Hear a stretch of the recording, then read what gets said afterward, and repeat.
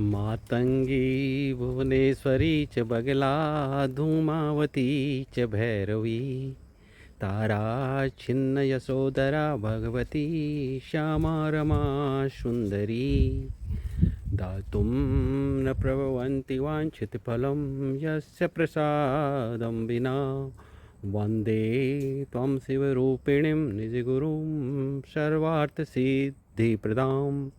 नमस्कार सभी को मेरे YouTube चैनल MS वाले से, और मैं महिपाल रावत पचफादून देहरादून से।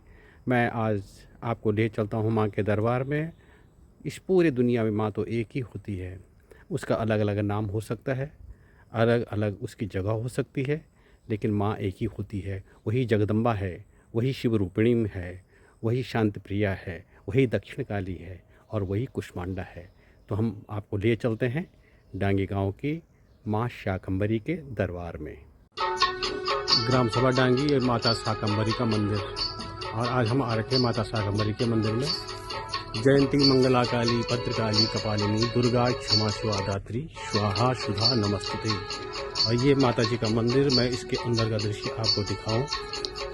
इसके अंदर में दृश्य को मैं अगर आपको दिखाऊं तो देख लीजिएगा। ये भी हमने पूजा कर रखी है, और ये माता रानी का दरबार, ये यहाँ लगी हुई है, ये अंदर जारी लगी हुई है, इसलिए हम इसको अंदर नहीं खोल सकते।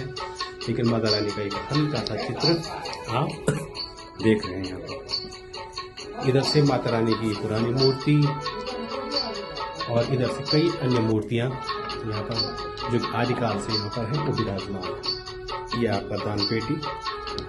और अब मैं इसके बाहर अगर आप आऊँ तो ठीक माता रानी के मंदिर के दाईं तरफ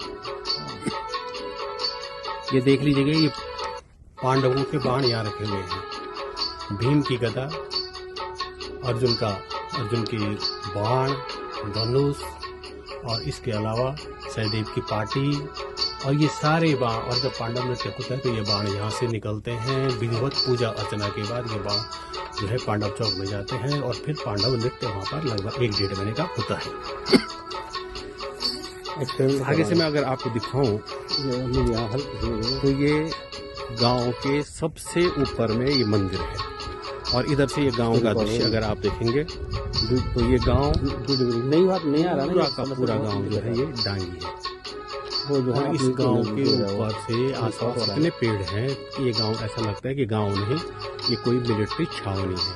और नीचे गांव के नीचे अगर आप देखेंगे तो ये रायडे गांव आपका दिख रहा है। अब मैं आपको दूसरा दृश्य दिखाऊंगा, तो ये धीरे धीरे यहाँ देख लीजिएगा, ये बरगद का पेड़ यहाँ पर है। और अब इसके सामने का दृश्य आप लोग देख लें। ये सामने आपका किबाड़ा गांव, जहाँ गौड़ लोग रहते हैं। फिर इसके ऊपर धार में ये आ गया बस्तीदार का दृश्य। इधर से जाएंगे तो जैसे मैं पहले कह रहा था कि ये पूरी कंडारा वैली और गणेश नगर का इलाका ये है। इधर से आप जाएंगे तो ये गणेश नगर लग गया, उधर से चंद्रनगर, और इधर से देखिए सबसे ऊंची चोटी, ये सबसे ऊंची चोटी क्रौंच पर्वत पर भगवान कार्तिक स्वामी की है। और जब मौसम साफ रहता है तो मंदिर भी यहाँ दिखाई देता है। और इधर से सामने ये जो कई चोटियाँ हैं, उनसे गौशाल की चोटी, और इधर नीचे आप देखेंगे तो ये हाट गांव आपका दिख रहा है। इधर ये देख लीजिए, हाट गांव में आपको बताऊंगा, काफ़ी दूर होने के कारण स्पष्ट नहीं दिख रहा है। तो ये देखिए आप मंदिर का विहंगम दृश्य। और एक चट्टान में आपको दिखाऊंगा, इसको कहते हैं चुम्याल बिठा। हमारे पास बचपन में घड़ी नहीं होती थी, तो इस चुम्याल बिठा में जो घाम की, जो सूर्य देवता की जो परछाई होती थी, जहाँ तक छाया आती थी पता चलता था कि 3 बज गए, 3:30 बज गए, 4 बज गए, और अब छुट्टी का समय हो गया है। तो ये चुम्याल बिठा, ये पहाड़ी जो है हमारी घड़ी का काम करती थी बचपन में। तब हमारे पास घड़ी नहीं होती थी, तो ये बिठाई ही जो है, ये पहाड़ी जो है घड़ी का काम करती थी। तो वो ये डांगी गांव के ऊपर माँ शाकंभरी का विहंगम दृश्य। और एक बार फिर माता जी के लिए जयंती मंगला काली भद्रकाली कपालिनी दुर्गा क्षमा शिवा दात्री स्वाहा सुधा नमस्ते। जय माता रानी, जय माता रानी। सुखी रखना, शांति से रखना, और हमेशा अपने शरण में बनाए रखना। जय माता रानी।